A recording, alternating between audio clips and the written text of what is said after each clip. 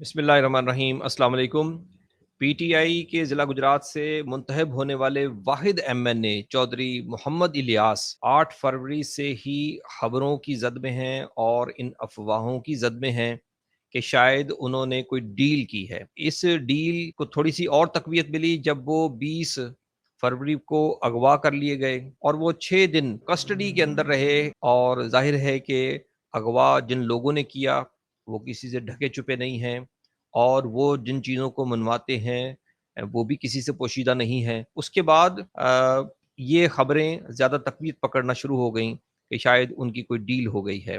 Gondal UPVC की नालीदार छतें और दीवारें। यूपीवीसी शीट आपको दे हर मौसम में मुकम्मल तहफ़्फ़ुज़ और सुकून।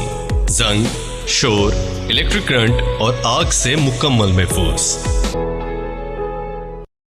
7 मार्च को ईसीपी ने एक लेटर जारी किया जो साबिक एमएनए चौधरी आबिद रज़ा के लेटर के जवाब में था। और चौधरी आबिद रज़ा जो डिवीजनल प्रेसिडेंट है मुस्लिम लीग नून के, इलेक्शन कमीशन ऑफ पाकिस्तान को ख़त लिखा कि मुस्लिम लीग काफ के कितने एमएनएस हैं। तो ईसीपी ने अपने जवाबी ख़त में बताया कि मुस्लिम लीग काफ के 3 एमएनएस हैं, चौधरी सालिक हुसैन, चौधरी हुसैन इलाही और चौधरी तारिक बशीर चीमा। इसके अलावा ईसीपी ने अपने लेटर में बताया कि एक चौथे एमएनए जो आज़ाद हैसियत में मुंतखब हुए थे वो भी मुस्लिम लीग नून को ज्वाइन कर चुके हैं। इलेक्शन कमीशन ऑफ पाकिस्तान के इस खत के बाद पोजीशन वाजे हो जानी चाहिए थी, लेकिन ईसीपी की जो अपनी साख है पीटीआई की नज़र में वो कोई काबिल कबूल नहीं है और ऐसी साख नहीं है जिस पर एतबार किया जा सके। और दूसरा, चौधरी मोहम्मद इलियास का एक ऑडियो पैगाम उन्होंने जारी किया, वो सुनते हैं। जी बिस्मिल्लाहिर्रहमानिर्रहीम। सब दोस्तों को अस्सलाम वालेकुम। मैं मोहम्मद इलियास चौधरी बोल रहा हूँ। देखिए कि आज जो चौधरी आबिद रज़ा साहब ने फेसबुक पे कोई नोटिफिकेशन लगाया है, ये इलेक्शन कमीशन का ऊपर लिखा हुआ है। ये वही इलेक्शन कमीशन है जिसने आज या कल हमारी कितनी ख्वातीन की सीटें खा गया, किस तरह के इलेक्शन करवाए हैं, ये बिल्कुल काबिल एतबार नहीं है। और मैं चौधरी आबिद रज़ा से यही दरख्वास्त करूँगा कि इतनी घबराहट क्या हो गई आपको, क्यों परेशान हैं आप इतने? अभी तो लंबा सफ़र है आपके लिए, तो आप इसी चंद दिनों में ही परेशान हो गए हैं।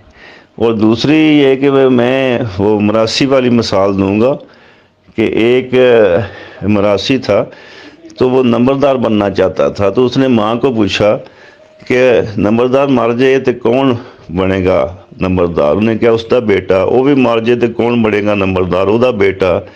तो अम्मा ने काफ़ी देर तो बाद उन्हें कहा पुत्र सारा टब्बर भी मर जाए तो तू नहीं नंबरदार बनता। तो चौधरी आबिद साहब वास्ते मेरा ये पैगाम है कि ਜਿਹੜੇ हालात बन चुके हैं इंशाअल्लाह ताला तुसी मैंबर नहीं बन सकते, तो ओछियां हथकंडे ਜਿਹੜੇ ਛੱਡ ਦਿਓ तो आराम नाल खामोशी नाल वक्त गुजारो, तो अल्लाह को माफ़ी मंगो जो अज तक कर चुके हो। तो इंशाअल्लाह ताला वक्त पीटीआई का है और असी इमरान खान नाल खड़े हाँ। अल्लाह हाफिज़। इस लेटर के बाद और इस ऑडियो पैगाम के बाद पीटीआई के बहुत सारे रहनुमाओं से हमने राब्ता किया और उनसे पूछा कि आपका क्या तासुर है और इस हवाले से आप क्या समझते हैं। उनमें से कुछ ने कहा कि ईसीपी का लेटर जाली नहीं दिखता, फेक नहीं है, लेकिन पीटीआई के रहनुमा ने बताया कि उनकी नज़र में ईसीपी की कोई साख नहीं है, उस पर एतबार नहीं किया जा सकता। इस हवाले से हमें एतमाद है, हम एतबार करते हैं कि चौधरी मोहम्मद इलियास जो कुछ कह रहे हैं वो दुरुस्त है, लेकिन एट द सेम टाइम जैसा कि मैंने बताया कि वो लेटर को भी कुछ लोग जाली करार नहीं दे रहे, फेक नहीं कह रहे। इसी लेटर की बुनियाद पर चौधरी आबिद रज़ा ने बताया कि चूंकि चौधरी मोहम्मद इलियास मुस्लिम लीग काफ में शामिल हो चुके हैं और मुस्लिम लीग काफ की पॉलिसी थी कि मियाँ शहबाज शरीफ को वोट दिया जाए, वो उनके मुशतरका वजीर आजम के उम्मीदवार थे, लेकिन चौधरी मोहम्मद इलियास ने उमर अयूब को वोट दिया। ये उनकी चूंकि पार्टी पॉलिसी के वाज़े तौर पर अगेंस्ट हुआ, इसलिए मुस्लिम लीग काफ के पार्लिमानी लीडर रेफरेंस भेज सकते हैं ईसीपी को कि इन्हें डी सीट किया जाए चौधरी मोहम्मद इलियास को। ये चौधरी आबिद रज़ा की राय है और जाहिर है कि ख्वाहिश भी है। वो उसी हलके से एमएनए मुंतखब हुए और उस वक्त मुंतखब हुए जब स्टैब्लिशमेंट पूरी तरह पीटीआई के साथ थी और मुस्लिम लीग नून पर कड़ा वक्त था, सख्त वक्त था।